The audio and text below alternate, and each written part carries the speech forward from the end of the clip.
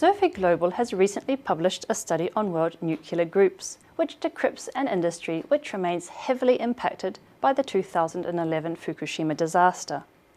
While it is true that nuclear power electricity generation crept up by an average of 1.2% per year between 2012 and 2015, this is yet to compensate for the 11% drop in generation seen between 2011 and 2012. Indeed, the Fukushima disaster has added several hurdles to the industry, not only resulting in strong public distrust towards nuclear power plants, but also simultaneously pushing up safety requirements and thus expenses. And while construction and operating costs have shot up, financing is harder to come by. In addition to this, waste disposal continues to be a black cloud hanging over the industry. Another obstacle is substitutes. Renewable energies such as solar and wind have become much cheaper to build over the last decade, and fossil fuels are currently at bargain basement prices, eroding the price advantage that nuclear previously enjoyed. This is reflected in the global energy mix. The world's nuclear plants generated only around 11% of global power in 2014, which is somewhat of a come down from the high of 18% seen in 1990. Despite these woes, most nuclear power operators are not exactly down and out. While profitability varies according to the nature of different players, profit margins are generally high in the industry.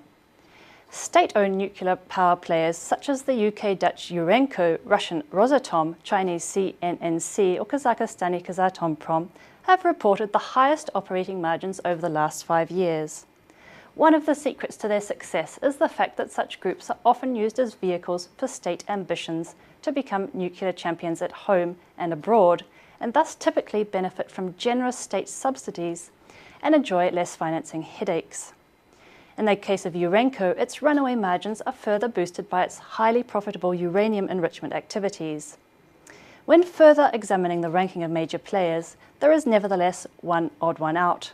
Areva has found itself in the red in the last 5 years due to major losses as a result of repeated asset write-offs and strategic errors. The current operating environment of these groups may no longer be what it was pre-Fukushima, but it seems growth remains on the cards for operators if they look in the right places. Emerging countries such as India, China and Russia continue to have an appetite for nuclear power. In the medium to long term, it is China which offers the most promising growth opportunities in terms of new builds. Around 24 new units are under construction, with another 40 reactors in the planning stage and 136 more proposed. Such growth may, however, primarily benefit local emerging market players, and traditional European, US and Japanese nuclear power companies could see themselves left out in the cold and must make strategic moves. To survive in this uncertain environment, groups are therefore endeavouring to tap into international demand pockets, but are no longer putting all their eggs in the new build basket, and are also looking to grow organically through the provision of services or the diversification into other businesses such as renewables or other power plant equipment. Groups are also increasing their vertical integration, alliances and partnerships, and are attempting to bring down costs through operational efficiency.